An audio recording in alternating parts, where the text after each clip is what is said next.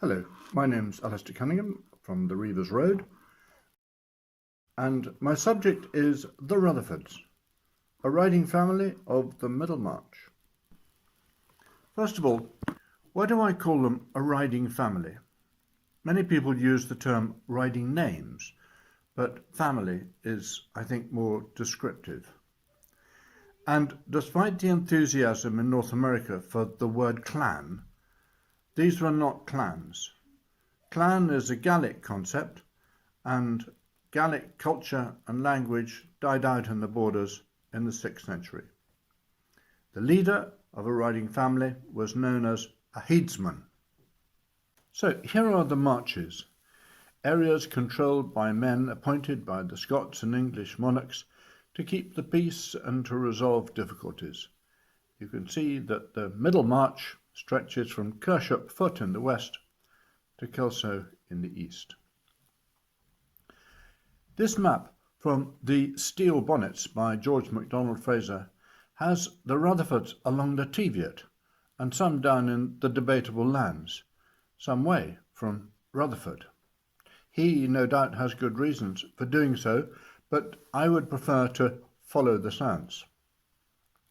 If we look at the distribution of the most significant Rutherford castles, we can see that they were very much in the Middle March, firmly between Rutherford on the Tweed and Carterbar, then known as Reidswire. Interestingly, rather than moving from Rutherford itself northwards to where life was perhaps easier, they moved quite positively from Rutherford towards the border, Edgerton being just 5 miles from Carterbar. So where does the name Rutherford come from? Clearly the place name came long before the family name.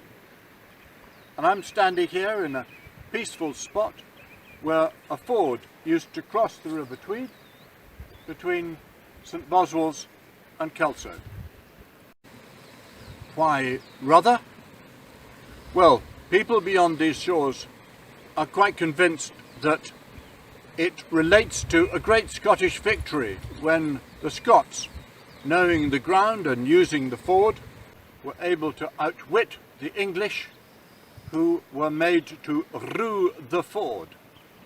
Alternatively, there might have been a man called Ruther, perhaps a King Ruther, who also managed to use the ford to outwit the English and cause a memorable victory. The truth, unfortunately, is probably a bit more prosaic, in that Rither is the Old English for horned cattle, and although Rutherford doesn't make it into the Oxford Dictionary of Place Names, Rotherhithe is there, the landing place of the cattle, and Rotherwick, the cattle farm, and so Rutherford is probably a bit like Oxford, but without the dreaming spires. So, who were the Rutherfords? The Rutherford were landed gentry who fought duels and got into scrapes and struggled to survive in the anarchic 16th century. There were endless feuds, murders, bonds, raids, fines for non-appearance at court.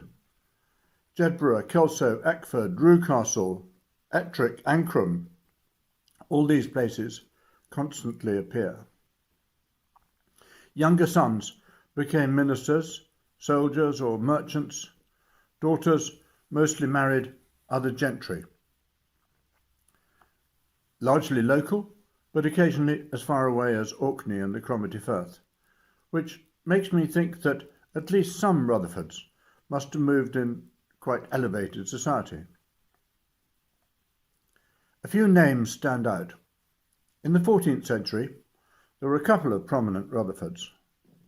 Robert Opp Rutherford, called Robin with the Tod's Tail, was a friend of good Sir James Douglas. At the Battle of Otterburn in 1388, in the early dawn, Robert Opp Rutherford led a band of followers round the back of a hill with, for want of a better standard, the tail of a fox fixed to the end of his lance. falling upon the flank of the English, he helped good Sir James Douglas to win the battle.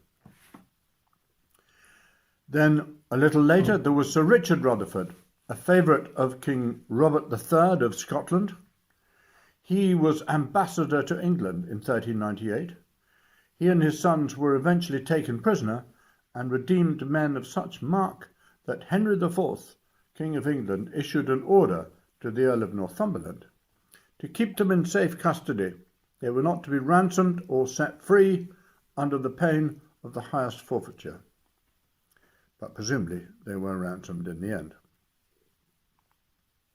Now, at that time, Sir Richard would undoubtedly have lived in Rutherford Castle, somewhere near that ford. Surrounding the castle would have been a castle town and reportedly a hospital dedicated to Mary Magdalene. In the 14th century, the castle would probably have been of wood, rather like the one stormed by William Wallace in Braveheart. Sadly, nothing remains of castle or hospital or castle town, but there are a good number of Rutherford places clustered around the south side of that old ford.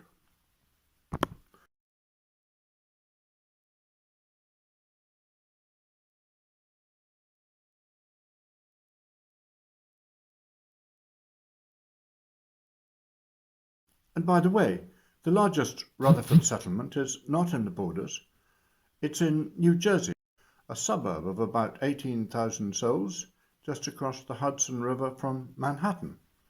It's probably so called because of John Rutherford, who was the senator for Manhattan between 1791 and 1798. Back to the borders, where the 15th century just reveals some typical border ruffians. Thomas Rutherford of Edgerton was on the horn, declared an outlaw, for killing Patrick Hepburn, and he lost his lands to Walter Kerr of Cessford as a punishment. Lawrence Rutherford was a tenant at Oakwood, presumably Akewood, and was convicted of stealing cattle from a number of people, including the Vicar of Ancram. He also stole sheep from Yare and Kershop, burnt a farm at Hartwood, and finally, and rather sadly, was convicted of stealing a scarlet waistcoat from a widow called Marion Bailey. In the 16th century, the Distaff side of the family were in the limelight. In 1490, Catherine Rutherford forfeited her portion of the paternal estate by, quotes, away ganging and trespassing with James Stuart of Traquair, committing her person to him in fornication, they being in the 3rd degree of consanguinity. This was the first Laird of Traquair, who was killed at Flodden in 1513. However, meantime, they had married with papal dispensation, and so this Catherine was the first Lady of Traquair, an ancestor of the 21st Laird of Traquair, also Catherine. Catherine's sister Helen managed to gain Catherine's portion of the estates of Rutherford and Wells, and she had a colourful life. She had 4 husbands. The first was her tutor. Another was convicted of murdering a Thomas Rutherford in Jedburgh Abbey. A third was killed as the newlyweds left the church. Finally, she married Patrick Hume of Broomhouse, north of Duns, and gallantly defended the tower from an English force led by Sir Ralph Avers, eventually being burned to death along with her children. But there was also Sir Thomas Rutherford, the Black Laird of Edgerton, famed for his daring attacks on the English. His most notable exploit was at the Battle of Reidswire in July 1575, when the English and Scots wardens of the marches had met to hear mutual grievances and to give redress for complaints. The Scots demanded the surrender of a notorious English brigand called Farnstein. The English claimed that Farnstein had fled and could not be found. Sir John Carmichael, the Scots warden, doubted this, and said so to the English warden Sir John Foster, who retorted by some injurious expressions regarding Carmichael's family, and gave other open signs of resentment. The Tynedale and Redesdale men, always glad for an occasion to fight, discharged a flight of arrows amongst the Scots. A general skirmish ensued. Sir John Carmichael was beaten down and made prisoner, and the Scots, taken by surprise, were at first driven from the field. But, reinforced by the Black Lairds Rutherfords and the Jedburgh men, the Scots turned back upon the English and put them to flight, taking their warden and a number of English border chiefs as prisoners. Sadly, Edgerton Castle, like all the other Rutherford castles, is now just a presumed site. In the 17th century, there is the extraordinary tale of the first Earl of Teviot. William Rutherford was a merchant burgess of Edinburgh, and his son Andrew Rutherford joined the French army. Don't ask me why, but he rose to the rank of Lieutenant General and was commended by the King of France to Charles II. He then took on the governorship of Dunkirk and was made Baron Rutherford. 2 years later, he was the governor of Tangier with the title Earl of Teviot. He married a Susanna de Melville but had no children.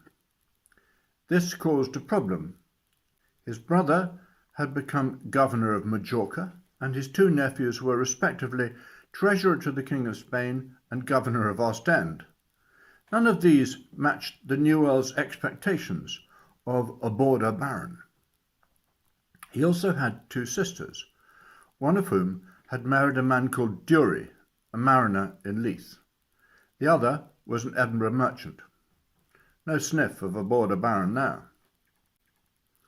In the end, the Earl nominated Sir Thomas Rutherford of Hunt Hill to be his heir. One cannot imagine that over there in North Africa he saw much of his fourth cousin, but as Sir Thomas was the third son, it seems that the old boy had picked him out. In 1664, just a year after being elevated to the earldom, the Earl was unfortunately killed by the Moors at Tangier. The earldom died with him, but Sir Thomas Rutherford, according to his instructions, became Lord Rutherford and took his seat in the Scottish Parliament. Sir Thomas was succeeded by his brother Archibald and then by his brother Robert, but all of them died without issue. The title was then assumed by George Dury of Grange, descendant of that Leith mariner, and the great-great-nephew of the Earl of Teviot. But he's a Dury, not a Rutherford, so up steps Captain John Rutherford, claiming to be descended from William Rutherford of Little Hugh, who may have been a son of John Rutherford of Hunt Hill. But George Dury didn't believe any of that stuff, and said he was actually the natural son of Andrew Rutherford of Edgerton. George Dury and John Rutherford both voted as Lord Rutherford at the election of peers to represent Scotland in the House of Lords in 1739 and 1752, but in 1756 the House of Lords said enough is enough, and there is no longer a Lord Rutherford.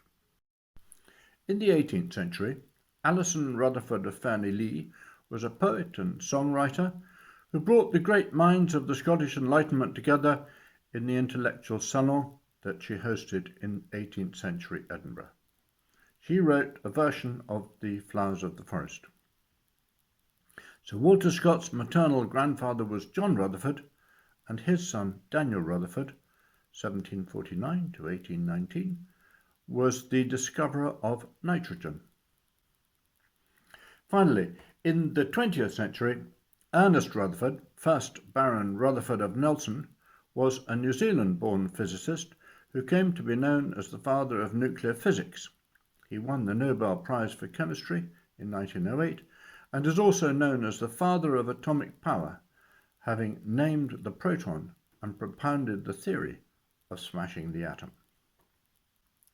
And so, The people from that wee settlement beside the ford spread out quite robustly across the borders, and then, despite the occasional scarlet waistcoat falling into the wrong hands, achieved some distinction as far away as North Africa, New Zealand and the US Senate.